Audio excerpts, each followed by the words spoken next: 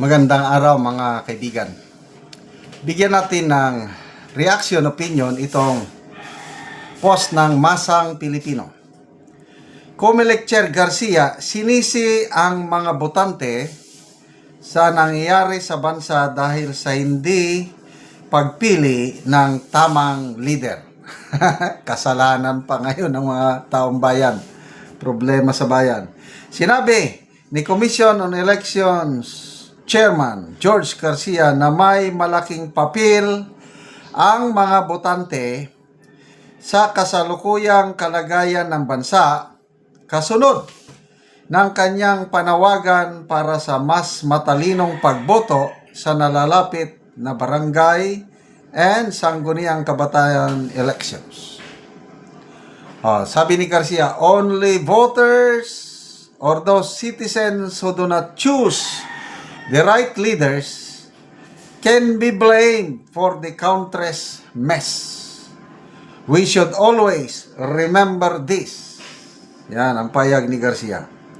Ayon kay Garcia, ang pagpili ng mga leader ay hindi dapat ibinabatay lamang sa impluensya ng social media at iba pang plataforma ng media, kundi sa konsensya at maingat na pagsusuri ng mga mamamayan. Hinikayat din niya ang mga botante, partikular ang mga unang beses boboto, na maging mas responsable sa paggamit ng kanilang karapatang bumoto. Wow naman! Konsensya ko no. I don't know kung anong dating sa inyo itong pahayag ng Comelec chairman. Ang tanong, kumusta ang tiwala nyo sa Comelec? May tiwala ba kayo? Kung ako anyong tatanungin, wala na. Dismayada ako sa Comelec. Personal opinion ko lang ito. Bakit? Itong nangyari kay Congressman Abante. Talo siya eh. Kaya lang, anong nangyari? Kahit na talo si Congressman Abante, kahit may desisyon na ng Supreme Court na ang mga second placer hindi pwedeng uupo, pinaupo pa rin ng Comelec si Abante. So, I don't know kung anong mangyari dito. Kaya nga tinatawag itong si Abante na appointed son of Comelec. Kaya dismayado ako doon. Yung nangyari sa party list, Duterte Youth Party List. Ang tagal na yung party list na yan.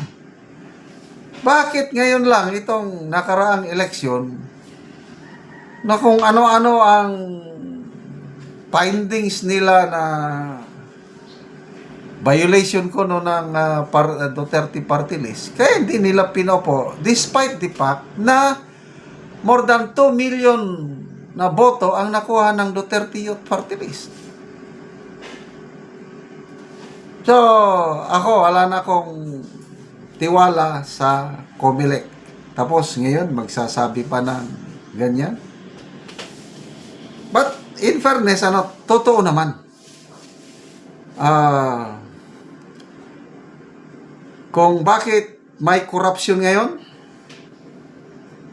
ang isang malaking factor is dahil din sa mga botante. Kasi nagsisimula ang corruption sa botante. Yung tumatanggap sila ng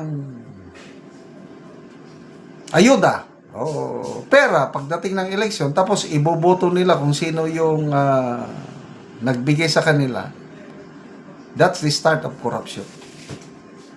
Although may mga maro na rin ngayon, example sa Davao, bumaha ang ayuda nung nakarang eleksyon. Ang laki ng AX o tupad o akap ba yan? Ang laki.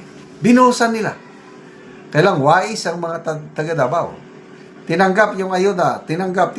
Kaya lang, kung sino yung gusto nila, sino yung napupusuan nila, yung nakikita nila na makakapagbigay ng tunay na serbisyo, binoto nila. Kaya, landslide ang panalo ng mga Duterte doon, kahit walang naibigay na pera, panalo sila. Yon, dapat ganon ang mga botante ngayon. Sa totoo lang, maraming ilang beses ng eleksyon na dalawa na.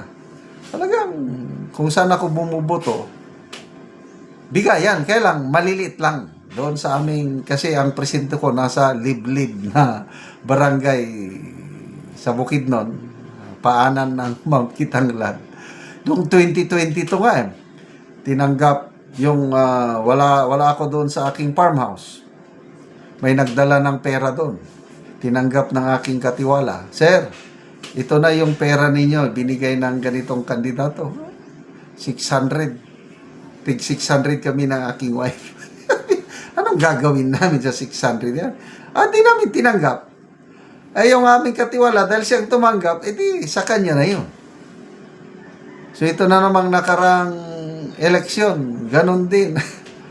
So, I don't know kung kailan magmamature ang ating mga botante.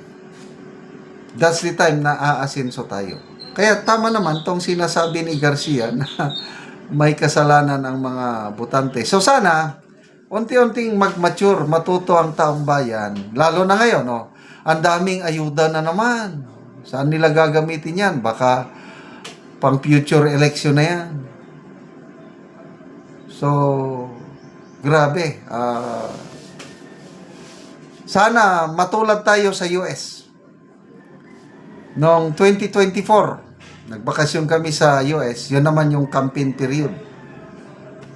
Walang masyadong doon. May mga tarpaulin lang, vote for ganito. Kailang yung bigay ng pera, halos wala.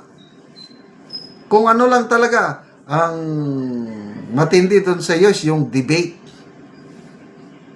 Pinapakinggan ng mga botante yung sagot ng mga kandidato sa debate. Kaunting kamali mo sa debate, wala na. Down ka na. Sana aabot tayo sa gano'n na issue-based ang pagboto. Hindi sa ngayon kasi money-based or kaya political party kung anong sasabihin ng gano'n. God save the Philippines talaga. Kawawa ang ating bansa. Salamat mga kaibigan sa inyong pagsubaybay sa ating channel. Nakakatulong kayo ng malaki sa tribong Talandig ng Bukidnon dahil ang sweldo natin sa channel na ito pantulong natin sa tribo. Namimigay tayo ng libreng yero at pako para makapagpatayo sila ng mas maayos na tahanan nila. Panoorin niyo ang video na ito. Mauna ni si Angkol ang matagaan og yero, patop na siya karon.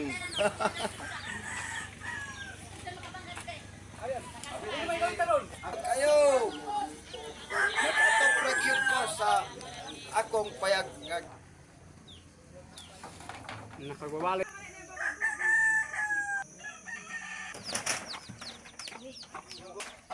So nagtinabanga sila og pagtaod sa yero kay kani managsuon lang o nakipagpuyo lang sila sa ilang mga ginikanan do sa nagtinabanga sila sa pag-atop sa ilang balay.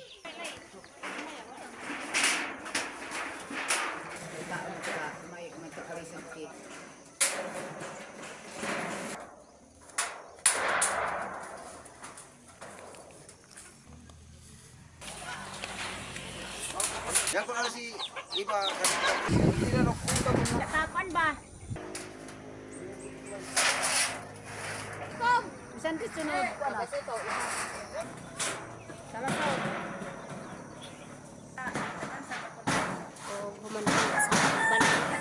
So makita gid mo nga nahuman na.